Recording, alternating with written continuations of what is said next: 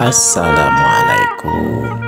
Bertemu lagi di channel ini dalam rangka ngadongeng Raga Sukma. Semoga jadi hiburan can tentang beberapa mana. Di episode sebelumnya kita menceritakan bahwa Sukma berada dalam suatu keadaan di mana ada seorang laki-laki. Nah, ini siapa ini? Kita lanjutkan ya ceritanya. Malam semakin larut. Suara-suara hewan-hewan menghilangkan sepinya malam. Namun suasana begitu sepi selain dari suara-suara satwa malam yang setia menemani, berisik bagaikan musik, menjadi pelipur lara bagi yang gundah gulana. Laki-laki tersebut kemudian dalam hatinya dia berkata-kata, bagaimana aku keluar dari keadaan yang seperti ini? Hidup begitu susah, punya anak, punya istri, kebiayaan. Bagaimana ini? Tapi aku adalah seorang manusia yang harus berusaha, walaupun susah, walaupun ya gini-gini aja. Dah dipikirkan, dipikir-pikir gitu. Usaha mah usaha, tapi belum juga mendapatkan apa yang disebut dengan hasil. Jadi bagaimana ya? Besok aku akan pergi lagi berusaha. Kalau kata orang tua dulu, kalau mau ngarah harus sambil ngoreh. Lamun hayang nyatu, nya kudu nutu. Artinya mah, kalau kita mau makan ya kita harus berusaha untuk cari rezeki. Dan mungkin Allah mah kawasa, setiap orang yang hidup pasti akan mendapatkan rezeki, pasti masih ada milik rezekinya. Nah, tugas kita adalah untuk berusaha. Hanya saja mungkin pada saat ini aku masih harus mencari usaha yang memang tepat sehingga jalan rezeki itu benar-benar bisa didapatkan. Tapi dipikir-pikir lagi, tidak sedikit juga orang yang kesusahan sepertiku. Tapi banyak juga orang yang kaya. Ya Allah, apa yang harus kulakukan? Aku harus cari jalan keluar kemana ini? Susahnya hidup memang tidak menerpa kepada siapapun, tidak hanya kepada kita ataupun kepada orang lain.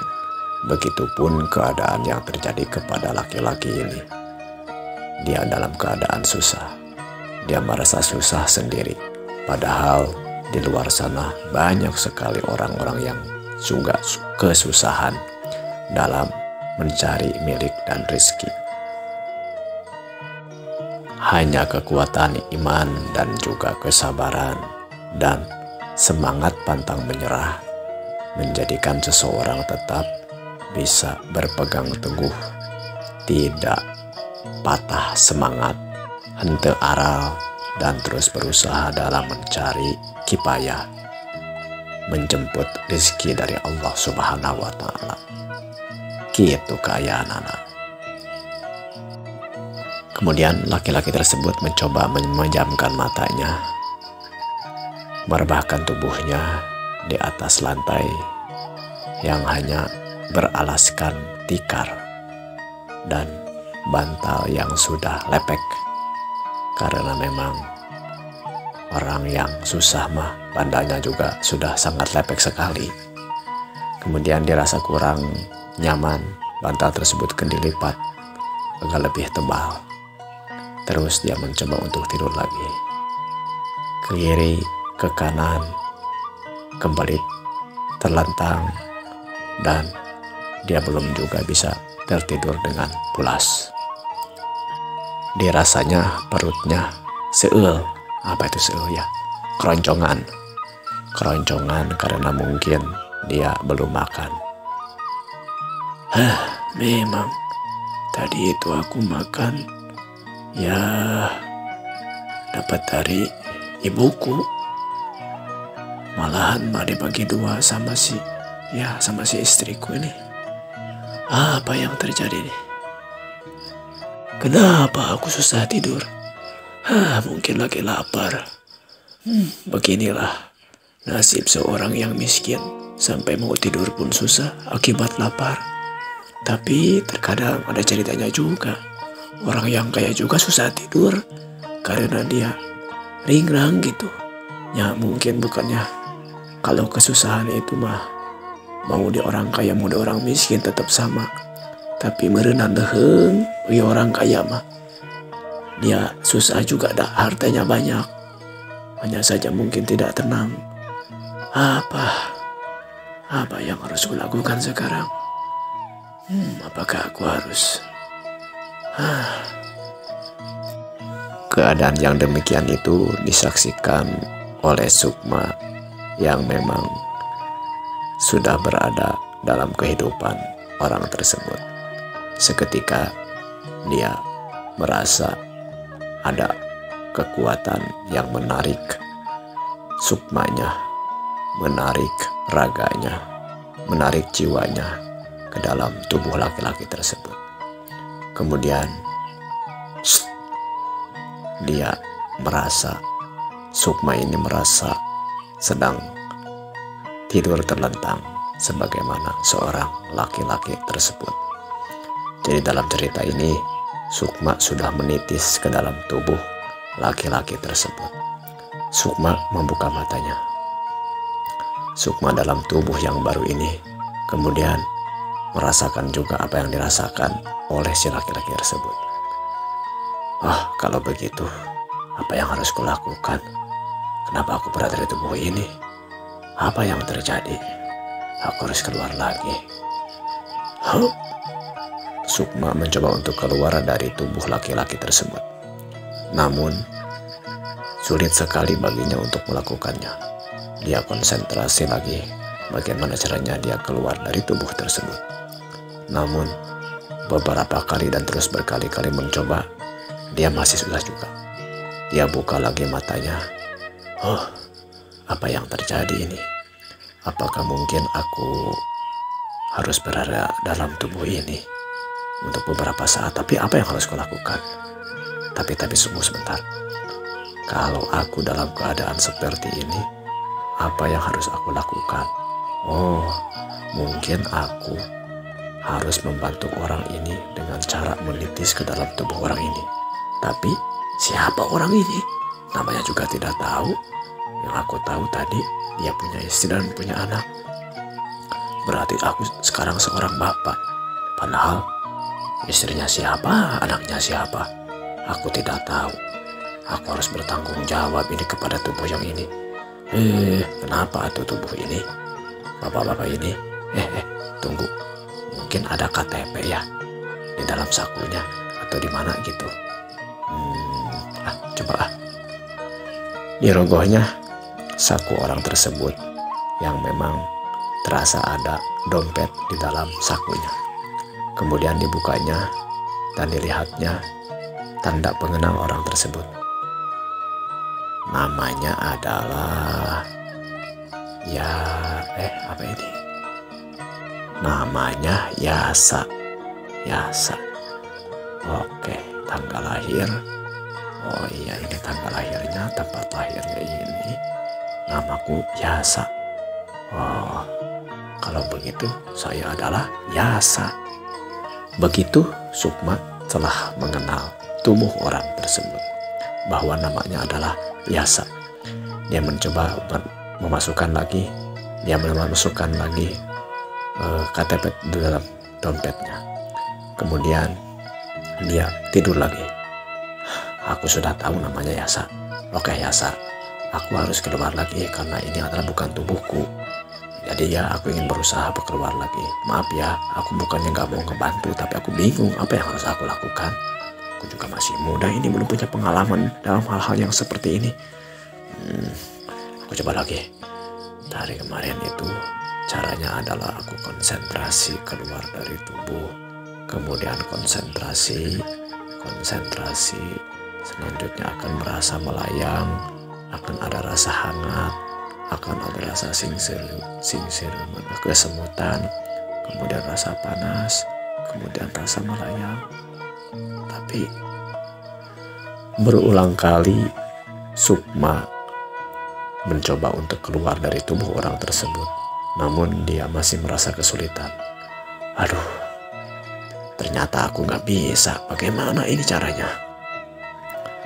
Dalam keadaan seperti itu, Sukma alias Yasa sekarang masih bingung apa yang harus dia lakukan. Kalau begitu aku memang harus menjadi orang ini. Lalu apa yang harus kulakukan ya? Tunggu. Bagaimana kalau aku pergi saja dari rumah ini? Lagi pula aku gak bisa menjadi seorang bapak atau menjadi seorang ayah, menjadi seorang suami. Walaupun mungkin aku bisa melakukan hal sebagai seorang suami, tapi ini kan bukan tubuhku. Jadi aku harus pergi aja. Mungkin ini jalan untukku berpetualang ya dalam tubuh ini. Semoga saja ada jalannya. Kemudian perlahan Sukma Yasa keluar dari rumah tersebut. Dia keluar dengan sedikit perlahan-lahan. Waktu menunjukkan dalam jam dinding tidak sengaja, yang tidak sengaja dilihat oleh Sukma menunjukkan pukul 2 dini hari. Ternyata sudah pukul 2. Cukup sepi nih. Ya aku keluar aja lah. Oke pula aku mau apa di sini juga. Tapi kalau aku keluar bagaimana tubuh ini nanti? Apalagi kalau orang istrinya ini menanyakan kemana dia. Ya udah, kalau gitu aku tunggu saja sampai pagi. Mudah-mudahan saja nanti kalau sudah pagi aku bisa keluar dari tubuh ini. Begitulah apa yang dipikirkan oleh Sukma dalam tubuh laki-laki yang bernama Yasa tersebut. Panjangnya malam yang hanya sebentar lagi saja, kemudian tidak terasa sudah menjelang subuh. Setelah sholat subuh, kemudian Yasa ataupun Sukma memanaskan air di dapurnya.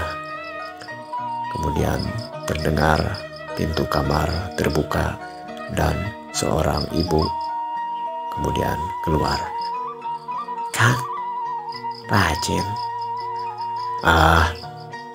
Enggak, ini Akang merasa jenuh saja, mungkin kita mau minum yang hangat ini enak nih.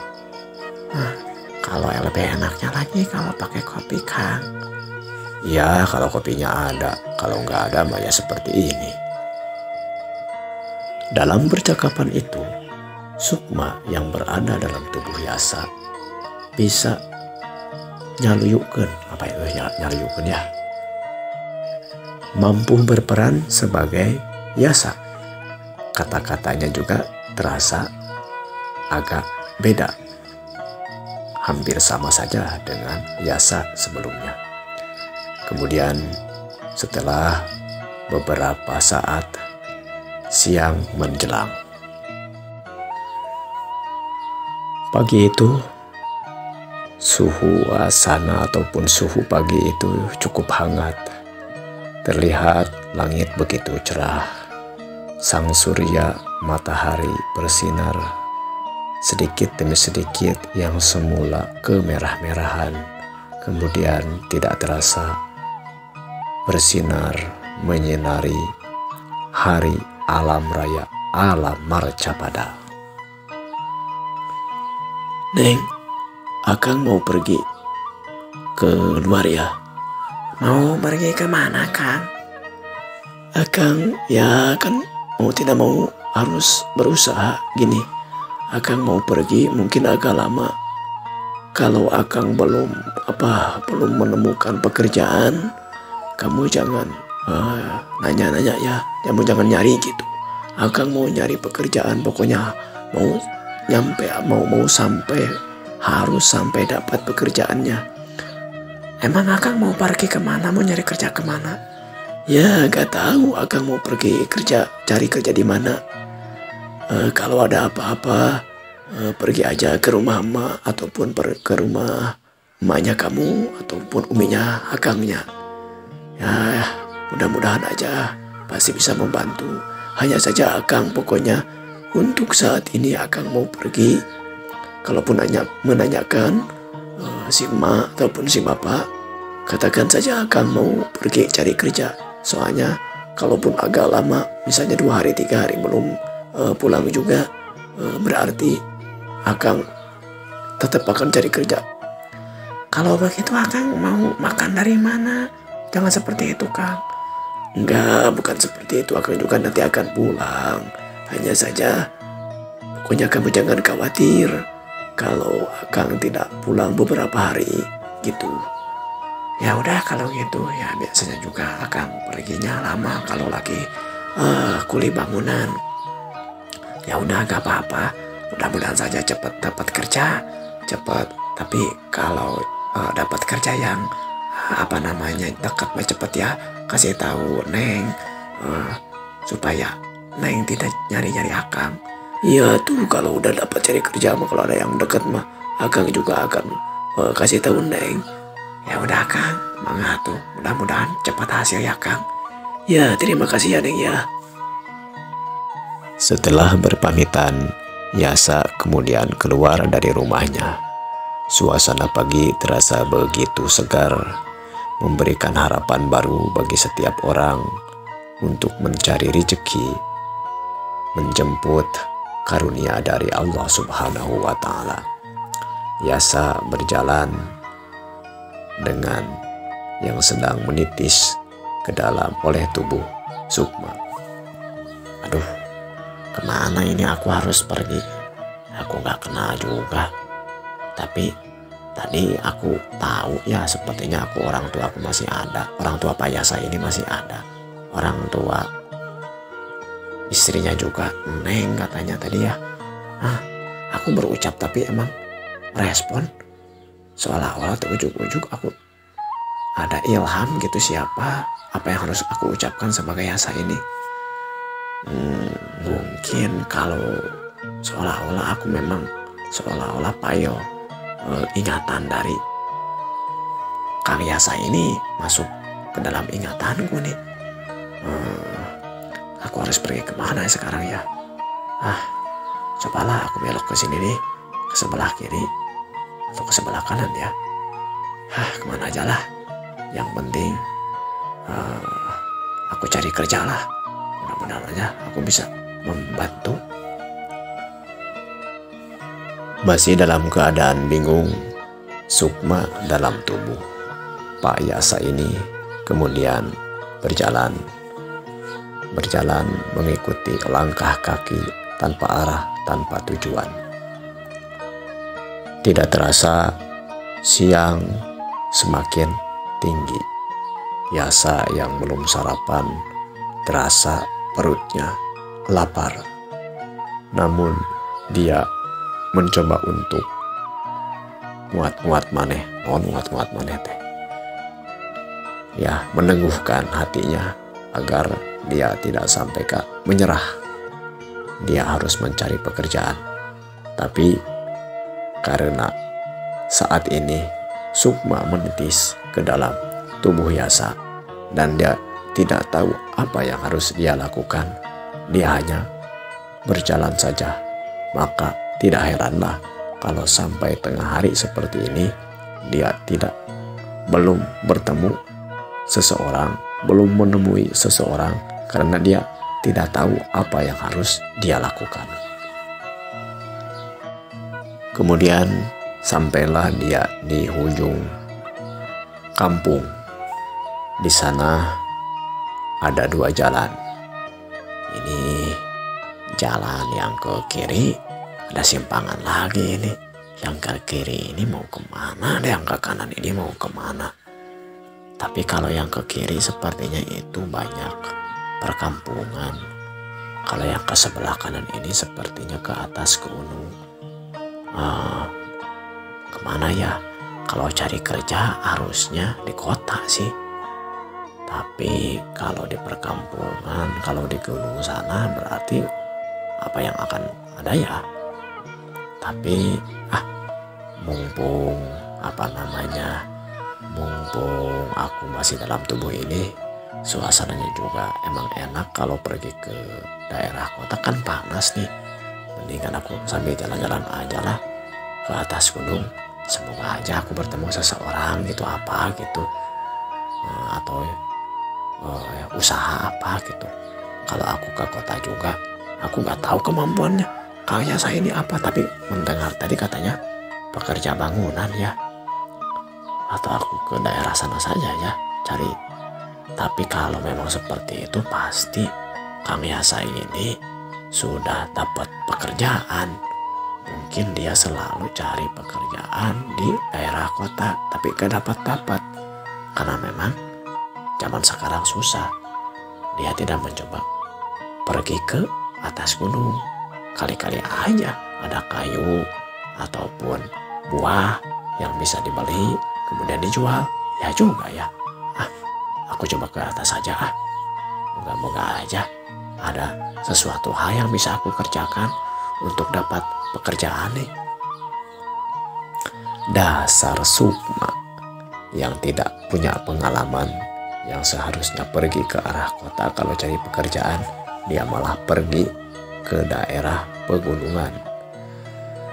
Jalan yang dia langkahi, yang dia telusuri begitu panjang, makin ke girang, makin ke pasir, makin ke luhur, apa itu ya, makin ke hulu, makin ke arah gunung gitu ya, makin balak jalannya.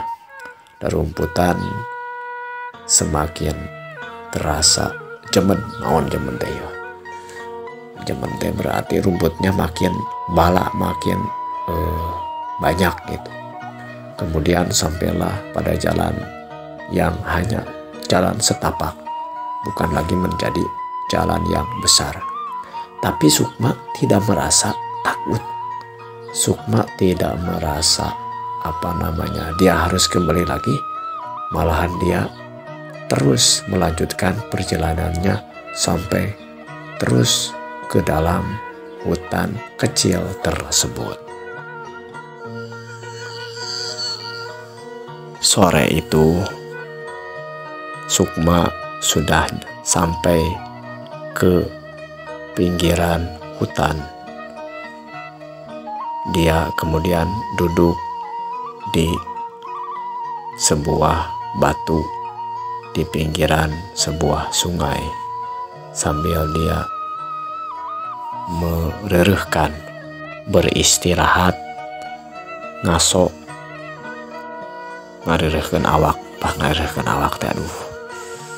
Ada bahasa yang tepat ini, silahkan ditulis di di kolom komentar ya. Naon ngarerehkeun teh. Kemudian setelah agak segar, setelah ya dirasa istirahatnya cukup, Sukma sambil memandang suasana alam di sana, dia bergumam,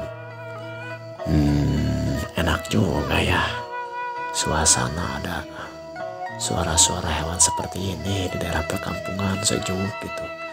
Jam berapa ya sekarang ya? Kayaknya kira-kira menjelang asar nih.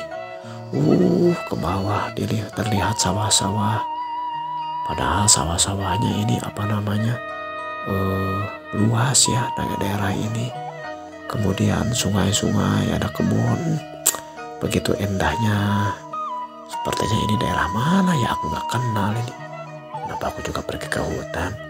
Tapi aku merasa aku harus pergi ke atas gunung ini. Kenapa aku harus pergi ke gunung ini juga ya? tadi aku sudah bilang ini ya sama si ibunya tadi. Apa yang akan kulakukan kalau aku Kang Yasa ini tidak pulang beberapa hari juga sudah bilang inilah. Aku pengen tahu ada apa di atas gunung tersebut. Kemudian setelah dirasa tubuhnya kuat lagi, Sukma alias Yasa berangkat menuju gunung tersebut. Tidak terasa malam menjelang. Sukma yang berada di suatu hutan yang dia sendiri tidak kenal dengan tubuh Yasa, orang juga yang dia tidak kenal, tidak merasa takut, tidak merasa bimbang ataupun hariwang. Apa itu hariwang ya?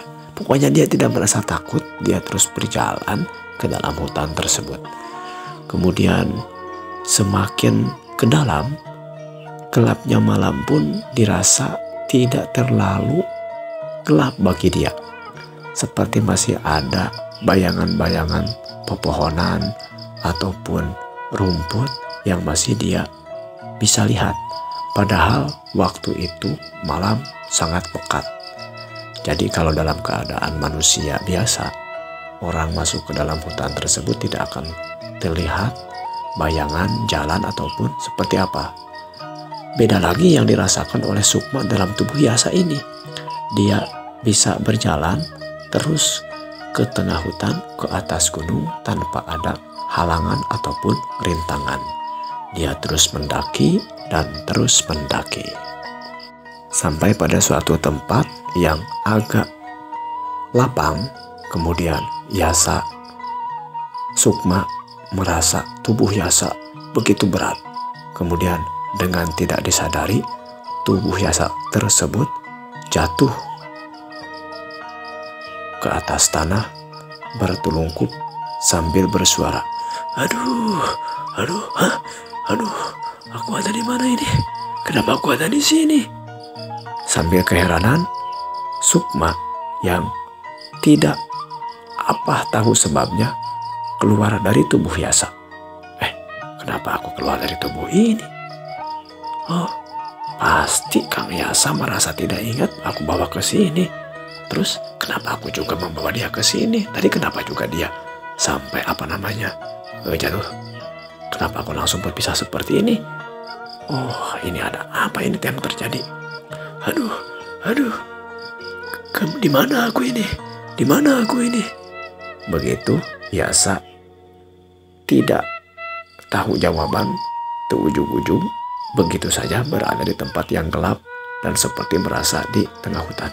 Aduh, kemana ini? Gelap sekali. Sepertinya ini dalam hutan. Aduh, coba dingin lagi ini. Kemana aku? Di mana aku? Apa yang harus kulakukan? Ini jam berapa ini? Seingatku, tadi itu aku tidur di rumahku. Tapi kenapa aku sekarang berada di sini? Apakah ini mimpi? Aduh. Dalam keadaan penuh keheranan tersebut, kemudian Yasa mencoba menyentuh tubuhnya. Aduh, coba cara rangkel ini, pegal-pegal kakiku. Apa yang terjadi ini? Coba aku cubit kakiku ini. Sakit ini. Apakah aku mimpi atau di mana ini? Kenapa aku berada di sini? Waktunya. Apa yang sebenarnya terjadi ini? Sukma waktu di rumah Yasa ingin keluar dari tubuhnya Yasa, tidak bisa. Sekarang tuh ujung-ujung tidak tahu sebabnya, kemudian dia berpisah dari tubuh Yasa sehingga Yasa merasa dia berada di suatu tempat di hutan yang dia memang tidak merasa dia datang ke sana, sebab Sukma yang menitis kepada Yasa yang membawanya ke dalam hutan tersebut. Lalu apa yang terjadi kemudian? Kita simak besok atau di video berikutnya. Silakan yang mau subscribe, yang belum subscribe, yang mau komen, like-nya diantos. Maka semoga menjadi hiburan untuk para pendengar ataupun yang menyimak video ini. Akhirul kalam, wassalamualaikum warahmatullahi wabarakatuh. Pernios.